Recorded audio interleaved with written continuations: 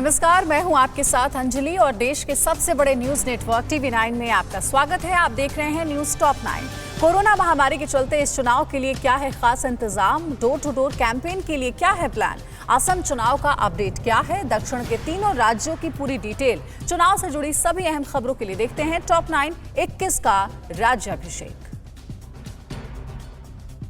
चुनाव आयोग ने शुक्रवार को पश्चिम बंगाल, असम, केरल, तमिलनाडु और पुदुचेरी में विधानसभा चुनाव की तारीख का ऐलान कर दिया है। बंगाल में 8, असम में 3, केरल, तमिलनाडु और पुदुचेरी में 1 चरण में वोट डाले जाएंगे, जबकि 2 मई को नतीजों का ऐलान होगा। इसी के ऐलान के साथ ही 5 राज्यों में आदर्श आचार संहिता लागू हो चुकी है। चुनाव आयोग के ऐलान के मुताबिक 4 राज्यों और 1 केंद्र शासित प्रदेश में कुल 824 विधानसभा क्षेत्रों में मतदान होंगे। 2.7 लाख मतदान केंद्रों पर कुल 18.68 करोड़ वोटर्स मतदान करेंगे।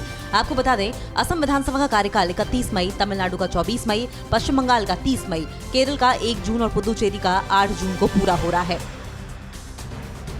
बंगाल की 294 सीटों के लिए 8 फेज में चुनाव होंगे, जबकि पहले चरण में 30 सीटों के लिए 27 मार्च को, दूसरे चरण में 20 सीटों के लिए 1 अप्रैल को और तीसरे चरण में 31 सीटों के लिए 6 अप्रैल को, जबकि चौथे चरण में 44 सीटों के लिए 10 अप्रैल को वोटिंग होगी। बंगाल में 5वें चरण में सबसे ज्यादा 45 सीटों पर 17 अप्रैल को मतदान होगा। इसी तरह छठे फेज में 22 अप्रैल को 43 सीटों पर, 7वें चरण में 26 अप्रैल को 36 सीटों पर और 8वें चरण में 29 अप्रैल को 25 सीटों पर वोटिंग होगी। बंगाल के नतीजे 2 मई को आएंगे। असम में 3 चरणों में चुनाव होंगे। पहले चरण के लिए 27 मार्च को, जबकि दूसरे चरण के लिए 1 अप्रैल को और तीसरे चरण के लिए 6 अप्रैल को वोट डाले जाएंगे। नतीजों का ऐलान 2 मई को होगा। इस बार मतदान केंद्रों की संख्या को 24,890 से बढ़ाकर 33,530 किया गया है।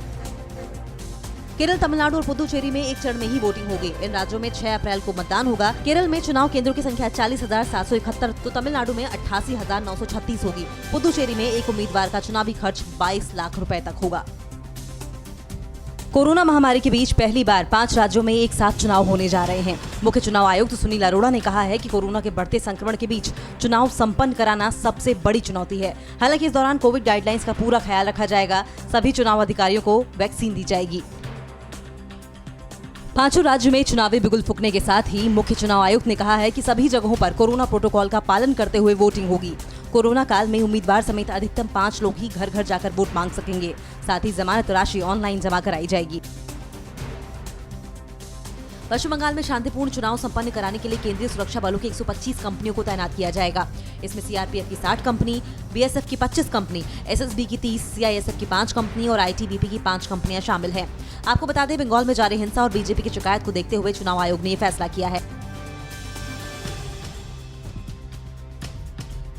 बंगाल चुनाव के शेड्यूल पर ममता बनर्जी ने क्यों उठाए सवाल, राजनाथ सिंह ने ममता के किस नीयत पर वार किया और इन सब के बीच बवाल भी बेहिसाब है। बंगाल के दंगल से जुड़ी बड़ी खबरों के लिए देखिए टॉप 9 बंग युद्ध। बंगाल में 8 चरणों में चुनाव कराए जाने के इलेक्शन कमीशन के फैसले के बाद सियासत गर्मा गई है। सीएम ममता बनर्जी ने आयोग के फैसले पर ही सवाल उठा दिए। दीदी ने चुनाव आयोग पर बड़ा आरोप लगाते हुए कहा कि ईसी ने बीजेपी के कहने पर 8 राउंड में चुनाव कराने का फैसला किया है। बाकी राज्यों की तरह बंगाल में 1 चरण में मतदान क्यों नहीं कराए जा रहे। वहीं बीजेपी ने पश्चिम बंगाल में 8 फेज में वोटिंग के चुनाव आयोग के फैसले का स्वागत किया है और ममता के आरोप पर पलटवार करते हुए केंद्रीय मंत्री प्रहलाद पटेल ने कहा है कि ममता बनर्जी हार की आशंका से डरी नजर आ रही हैं। बीजेपी का कहना है कि शांतिपूर्ण चुनाव के लिए असामाजिक तत्वों को नियंत्रित करने की जरूरत है। टीएमसी के अलावा लेफ्ट और कांग्रेस ने भी चुनाव आयोग के फैसले पर सवाल खड़े किए हैं और इलेक्शन कमीशन के फैसले का ठोस कारण पूछा है। येचुरी ने पोल पैनल से आग्रह किया है कि बंगाल के चुनावों को 1 महीने से ज्यादा बढ़ाने का ठोस कारण बताया जाए। वहीं तारिक अनवर का कहना है कि जानबूझकर चुनाव आयोग ने बीजेपी की मदद की है। बंगाल में चुनाव तारीखों के ऐलान के बाद कांग्रेस नेता अधीर रंजन चौधरी ने चुनाव आयोग से राज्य में शांतिपूर्ण और स्वतंत्र चुनाव कराने की मांग की है। दीदी पर सवाल उठाते हुए अधीर ने कहा, प्रदेश सरकार में पुलिस और प्रशासन के प्रति विश्वास की कमी है। रक्षा मंत्री राजनाथ सिंह ने बंगाल दौरे के दौरान बालूरघाट में मुख्यमंत्री ममता बनर्जी पर जमकर हमला बोला। रक्षा मंत्री ने कहा, दीदी मां माटी मानुष के नारे के साथ सत्ता में आई, लेकिन राजनीतिक हितों के लिए उन्होंने इसकी बलि दे दी। यहाँ पर हमको भारतीय जनता पार्टी की सरकार क्लियर मेजॉरिटी के साथ बनानी है। बीजेपी के राष्ट्रीय महासचिव और बंगाल के प्रभारी कैलाश विजयवर्गीय ने गोडाउन में हुई टीएमसी की गुंडागर्दी का वीडियो ट्वीट कर शेयर किया। उसके साथ कैप्शन में लिखा है कि शायद गुंडों ने चुनाव आयोग को चुनौती दी है। कैलाश विजयवर्गीय ने इस वीडियो को गृह मंत्री अमित शाह को टैग किया है। बीजेपी के राष्ट्रीय महासचिव और बंगाल के प्रभारी कैलाश विजयवर्गीय ने गोडाउन में हुई टीएमसी की गुंडागर्दी का वीडियो ट्वीट कर शेयर किया। उसके साथ कैप्शन में लिखा है कि शायद गुंडों ने चुनाव आयोग को चुनौती दी है। कैलाश विजयवर्गीय ने इस वीडियो को गृह मंत्री अमित शाह को टैग किया है। पश्चिम बंगाल में बर्धमान में बीजेपी सांसद बाबुल सुप्रियो की रैली में बवाल होते होते टल गया। बीजेपी की परिवर्तन रैली के विरोध में टीएमसी ने बाबुल सुप्रियो और राहुल सिन्हा को काले झंडे दिखाए और जय सियाराम के नारे लगाए, जिसके बाद तनाव की स्थिति पैदा हो गई। हालांकि पुलिस ने मामले को शांत कराया। बंगाल में कोयला घोटाले की आंच व्यापारियों, अफसरों और टीएमसी नेताओं तक आ पहुंची है। सीबीआई और ईडी ने शुक्रवार को तृणमूल के करीबी बिजनेसमैन के ठिकानों पर छापे मारे। जांच एजेंसियों ने साउथ कोलकाता समेत 15 जगहों पर ताबड़तोड़ छापा मारा। आरोप है कि कोयला घोटाले की करोड़ों की रकम को कारोबारियों के जरिए निवेश किया गया। इधर यूपी को साधने के लिए प्रियंका गांधी और अखिलेश यादव का क्या है प्लान? कहां गैंगरेप के बाद हुई महिला को जलाने की कोशिश और कहां मनचले का विरोध करना एक भाई को भारी पड़ गया? देश की अहम खबरों के लिए देखते हैं टॉप 9 देश प्रदेश। पीएम मोदी आज सुबह 11 बजे वीडियो कॉन्फ्रेंसिंग के जरिए देश के पहले ऑनलाइन खिलौना मेले का उद्घाटन करेंगे। भारत के बढ़ते खिलौना उद्योग को मंच प्रदान करने के लिए केंद्र सरकार ने 27 फरवरी से 2 मार्च तक डिजिटल टॉय फेयर का आयोजन किया है। इसमें देश के विभिन्न राज्यों के व्यवसायी शामिल होंगे। राहुल गांधी चुनाव प्रचार अभियान के लिए आज से तमिलनाडु के 3 दिन के दौरे पर रहेंगे। राहुल 2 दिन में 5 जिले का दौरा करेंगे, जिसमें तूतीकोरिन या टुडुकुडी, विरुधनगर, तिरुनलवेली, तिनकासी और कन्याकुमारी शामिल हैं। जानकारी के मुताबिक राहुल इस दौरान रैली, रोड शो और अलग अलग समूहों से मुलाकात करेंगे। आज प्रियंका गांधी वाड्रा दूसरी बार वाराणसी के संत रविदास मंदिर में मत्था टेकेंगी। इसके साथ ही सत्संग स्थल पर संत निरंजन दास से आशीर्वाद भी लेंगी। वहीं एसपी सुप्रीमो अखिलेश यादव भी आज संत रविदास मंदिर जाकर मत्था टेकेंगे। दोनों नेताओं की कोशिश दलित वोटरों को लुभाने की है। आज रक्षा मंत्री राजनाथ सिंह अपनी गोद लिए बेटे विजेंद्र की शादी में शामिल होने गाजीपुर पहुंचेंगे। रक्षा मंत्री 1:15 बजे बाबतपुर एयरपोर्ट से कार से निकलेंगे। विजेंद्र के घर आधे घंटे रुककर वो बाबतपुर एयरपोर्ट के लिए रवाना हो जाएंगे। अंबानी के घर के बाहर मिली संदिग्ध कार के मालिक की पहचान कर ली गई है।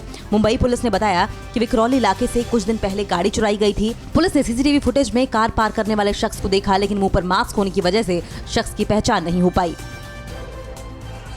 तमिलनाडु में जल्लीकट्टू कार्यक्रम के दौरान हादसे में 3 लोगों की मौत हो गई, जबकि 15 लोग घायल हो गए, जिसमें 2 लोगों की हालत गंभीर है। खेल के दौरान लोग बैलों को भड़का रहे थे। उसी बीच बैल बेकाबू हो गया और बैल लोगों की झुंड में घुस गया और लोगों पर हमला कर दिया। यूपी के सीतापुर में महिला को बंधक बनाकर गैंगरेप का मामला सामने आया है। उसके बाद सबूत मिटाने के लिए महिला को जिंदा जलाने की कोशिश की गई। महिला जान बचाकर भागी। सूचना मिलने पर पुलिस ने महिला को अस्पताल में भर्ती कराया। डॉक्टर्स ने बताया महिला 30% तक जल गई है। पुलिस ने जांच शुरू कर दी है। यूपी के फिरोजपुर में महिला चोरों की गैंग ने 5 दिन पहले ही खुले एक बुटीक पर हाथ साफ कर दिया। इस बुटीक में लाखों का कपड़ा रखा था। बुटीक मालकिन ने बताया कि कुछ महिलाओं ने दुकान में शटर के अंदर बच्चों को घुसकर सारा कपड़ा निकलवा लिया। पूरा मामला सीसीटीवी में कैद हो गया। दिल्ली के कालकाजी में 12वीं कक्षा की छात्रा से छेड़छाड़ का विरोध करने पर भाई को मनचलों ने चाकू से गोद दिया। गंभीर हालत में लड़के को एम्स अस्पताल में भर्ती कराया गया है। परिजनों के मुताबिक पीसीआर को 3 से 4 बार कॉल करने के बाद भी मौके पर पुलिस नहीं पहुंची। पुलिस ने आरोपियों की तलाश शुरू कर दी है। इमरान खान की कौन सी साजिश का खुलासा हुआ? कुवैत से लाए गए आतंकी ने कौन कौन से राज खोले? चीन की नीयत पर क्यों उठ रहे सवाल? पाकिस्तान और चीन की चालबाजी से जुड़ी खबरों के लिए देखिए टॉप 9 चीन पाक साजिश। एयर स्ट्राइक से बचने के लिए पाकिस्तान अब अपने रडार सिस्टम को मजबूत कर रहा है। पाकिस्तान चीन से एंटी एयरक्राफ्ट गन खरीदने की प्रक्रिया में है। 12.7 mm की 750 एंटी एयरक्राफ्ट गन खरीदने पर बात हो रही है। ट्रांसफर ऑफ टेक्नोलॉजी के जरिए पाकिस्तान इस गन की तकनीक भी चीन से ले सकता है। पाकिस्तान ने कुछ वक्त पहले चीन से QW-18 सैम सिस्टम भी लिया है।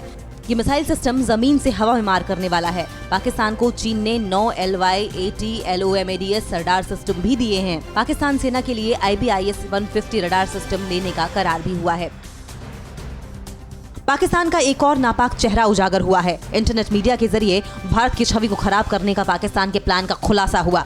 इस्लामाबाद के एजेंडे को बढ़ावा देने वाले कुख्यात डिजिटल कमांडर फरहान विर्क का पर्दाफाश हुआ है। जब भी भारत और पाकिस्तान के बीच तनाव बढ़ता है तो विर्क की पूरी टीम भारत के खिलाफ माहौल बनाने में जुट जाती है। कुवैत से भारत लाए गए गजनवी फोर्स के कुख्यात आतंकी शेर अली से पूछताछ के दौरान पुलिस को बड़ी सफलता हाथ लगी है। पुलिस और सेना ने संयुक्त तलाशी अभियान के दौरान कई हथियार बरामद किए हैं। कुवैत में रह रहे आतंकी शेर अली को आईएसआई ने आतंकवादियों और हथियारों को भारतीय क्षेत्र में पहुंचाने की जिम्मेदारी सौंपी थी।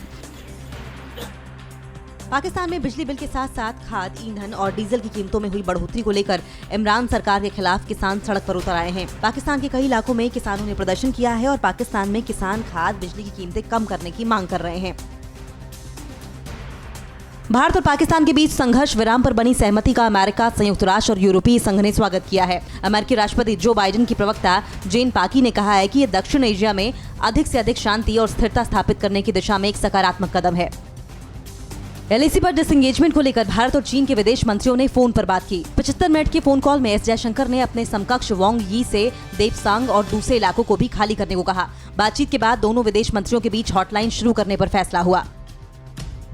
गलवान घाटी में हुए संघर्ष में चीन के सैनिकों की मौत पर सवाल उठाने वाले चीनी नागरिकों को सीसीपी गिरफ्तार कर रही है। खबरों के मुताबिक चीन में विरोधी चीनी सरकार पर जान गंवाने वाले सैनिकों की संख्या छुपाने का आरोप लग रहे हैं। अब विरोध करने वालों को दबाया जा रहा है। संयुक्त राष्ट्र मानवाधिकार प्रमुख मिशेल बैशलेट ने चीन को कड़ी फटकार लगाई है। मिशेल ने कहा, चीन ने कोरोना महामारी के लिए उठाए गए कदमों और राष्ट्रीय सुरक्षा के नाम पर मूलभूत नागरिक और राजनीतिक आजादी पर पाबंदी लगा रखी है। ऐसे में स्वतंत्र आकलन की जरूरत है। खबरों में आगे बढ़ते हैं। मिडिल ईस्ट में अपने दोस्त सऊदी अरब से अमेरिका क्यों भिड़ गया है, कहां खूनी संघर्ष में 60 से ज्यादा लोग ढेर हो गए और इसराइल का नया मारक चक्रव्यूह क्या है। ग्लोबल टेंशन से जुड़ी बड़ी खबरों के लिए देखिए top 9 world battle ground. Middle east में अमेरिका अपने करीबी दोस्त सऊदी अरब से भिड़ गया। अमेरिका ने एक साथ सऊदी अरब के 76 लोगों पर प्रतिबंध लगा दिया है। अमेरिका ने सऊदी अरब के राजकुमार को अमेरिकी पत्रकार जमाल खशोगी की तुर्की में हुई हत्या का दोषी बताया। पत्रकार खशोगी की हत्या साल 2018 में हुई थी। यूएस के सभी आरोपों को सऊदी ने खारिज कर दिया है। यमन में खूनी झड़प में 60 से अधिक लड़ाके मारे गए। ईरान समर्थित हूथी विद्रोहियों और सरकारी बलों के बीच मारिब में ये झड़प हुई। 8 फरवरी को हुई लड़ाई के बाद ये सबसे हिंसक लड़ाई थी। मारिब शहर पर कब्जा करने के लिए हूथी विद्रोही लगातार अटैक कर रहे हैं। सऊदी की सैन्य गठबंधन ने दावा किया है कि हूथी विद्रोहियों के 2 ड्रोन को नष्ट कर दिया गया है। सऊदी अरब के दक्षिणी इलाके की तरफ से ये ड्रोन दागे गए थे। सऊदी सेना ने यह भी कहा है कि बैलिस्टिक मिसाइल के हमले को भी नाकाम कर दिया गया है। सऊदी अरब और हौथीज के बीच पिछले कुछ दिनों में तनाव काफी बढ़ गया है। ईरान से जारी तनाव के बीच इजराइल की सीक्रेट न्यूक्लियर फैसिलिटी की सैटेलाइट तस्वीरों ने दुनिया भर में तहलका मचा दिया है, जिसके बाद दावा किया जा रहा है कि इजराइल अपने परमाणु हथियारों के जखीरे को बढ़ा रहा है। इंटरनेशनल पीस रिसर्च इंस्टीट्यूट ने 2020 की अपनी नई सालाना रिपोर्ट में यह दावा किया है कि इजराइल के पास 80 से 90 परमाणु बम हैं।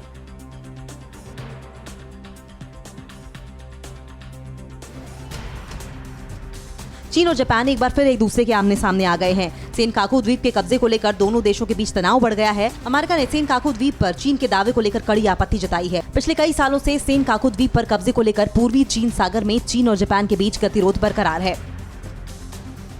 साउथ चाइना सी में चीन के बॉम्बर्स ने अपनी ताकत दिखाई। 10 H-6J और H-6G बॉम्बर्स ने विवादित समुद्री इलाके में उड़ान भरी। PLA के साउदर्न थिएटर कमांड ने उस इलाके में वॉर एक्सरसाइज की, जहां कुछ दिन पहले ही अमेरिकी वॉरशिप नजर आए थे।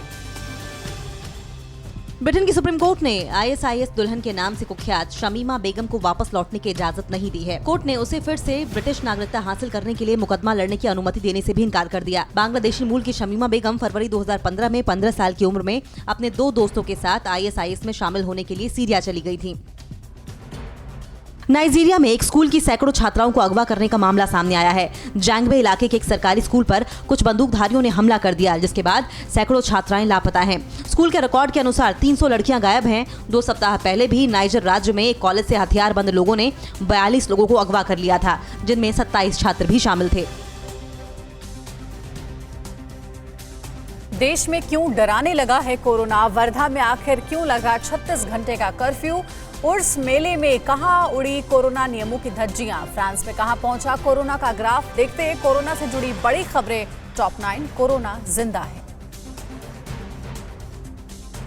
देश में कोरोना का प्रकोप दोबारा बढ़ता जा रहा है। 24 घंटे में कोरोना के 16,500 से ज्यादा नए केस रिकॉर्ड किए गए हैं, जबकि 100 से ज्यादा लोगों की वायरस से मौत हो चुकी है। स्वास्थ्य मंत्रालय के मुताबिक नए मामलों की संख्या प्रतिदिन ठीक होने वाले मरीजों की संख्या से अधिक होने की वजह से एक्टिव केस बढ़ गए हैं। महाराष्ट्र में लगातार बढ़ रहे कोरोना संक्रमण के मद्देनजर वर्धा में शनिवार रात 8 बजे से सोमवार की सुबह 8 बजे तक फिर से कर्फ्यू लगाया गया है। इस दौरान मेडिकल स्टोर्स और जरूरी सेवाओं को छोड़कर सभी सेवाएं बंद रहेंगी। इस नए आदेश के तहत शहर के पेट्रोल पंप भी बंद रखने को कहा गया है। वर्धा में पिछले 10 दिनों में 1126 केस बढ़े हैं। केरल, महाराष्ट्र, पंजाब, छत्तीसगढ़ और दिल्ली में कोरोना के बढ़ते संक्रमण के बाद लखनऊ में स्वास्थ्य विभाग अलर्ट हो गया है। शहर के होटल मालिकों को प्रशासन ने पत्र लिखकर 5 राज्यों से आने वालों की पूरी डिटेल देने को कहा है। हाल में बाहर से आए 125 लोग स्वास्थ्य विभाग के रडार पर हैं। कोई भी लक्षण मिलने पर इनकी जांच की जाएगी। देश में कोरोना कहर बरपा रहा है। वहीं यूपी के श्रावस्ती में सरेआम कोरोना नियमों की धज्जियां उड़ाई जा रही हैं, जहां उर्स के मौके पर आयोजित मेले में भारी भीड़ उमड़ी। इस दौरान न ही 2 गज की दूरी का ख्याल रखा गया और न ही किसी के चेहरे पर मास्क नजर आया। आप कोरोना संक्रमित हैं या नहीं, इसकी जानकारी स्मार्टफोन पर 1 घंटे से पहले मिल जाएगी। दरअसल अमेरिका में राइस यूनिवर्सिटी के वैज्ञानिकों ने माइक्रोफ्लूइडिक नाम से एक चिप विकसित की है, जो उंगली से लिए गए खून के सैंपल में SARS-CoV-2 के न्यूक्लियोकैप्सिड का विश्लेषण करेगी और कोविड टेस्ट को आसान बना देगी।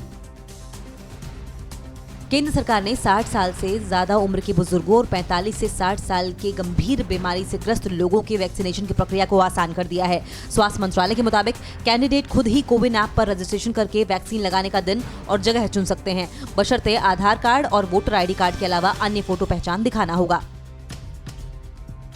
ब्रिटेन में एक दिन में 8,523 कोरोना के नए केस सामने आए हैं और 345 मौतें हुई हैं। ब्रिटेन में कुल कोरोना के मामले 4 मिलियन के पार पहुंच गए हैं।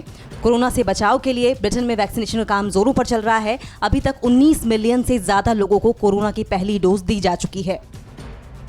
अमेरिका में कोरोना वैक्सीनेशन का काम तेजी से चल रहा है। इस बीच व्हाइट हाउस ने दावा किया है कि यूएस में 65 साल से अधिक उम्र के आधे लोगों को वैक्सीन की पहली डोज दी जा चुकी है। व्हाइट हाउस के वरिष्ठ सलाहकार ने कहा है कि बाइडेन प्रशासन ने टीकाकरण के लिए 40 राज्यों में 400 से ज्यादा नए केंद्र खोले हैं। यूएस सीनेट रेफरी ने कहा है कि डेमोक्रेट्स $15 न्यूनतम भत्ते को कोविड बिल में शामिल नहीं कर सकते। दरअसल जो बाइडेन बिना रिपब्लिकन्स के वोट के $15 न्यूनतम भत्ता के लिए $1.9 ट्रिलियन का कोरोना वायरस का बिल पास करना चाहते थे, लेकिन बिना रिपब्लिकन्स के वोट के ऐसा करना कठिन लग रहा है।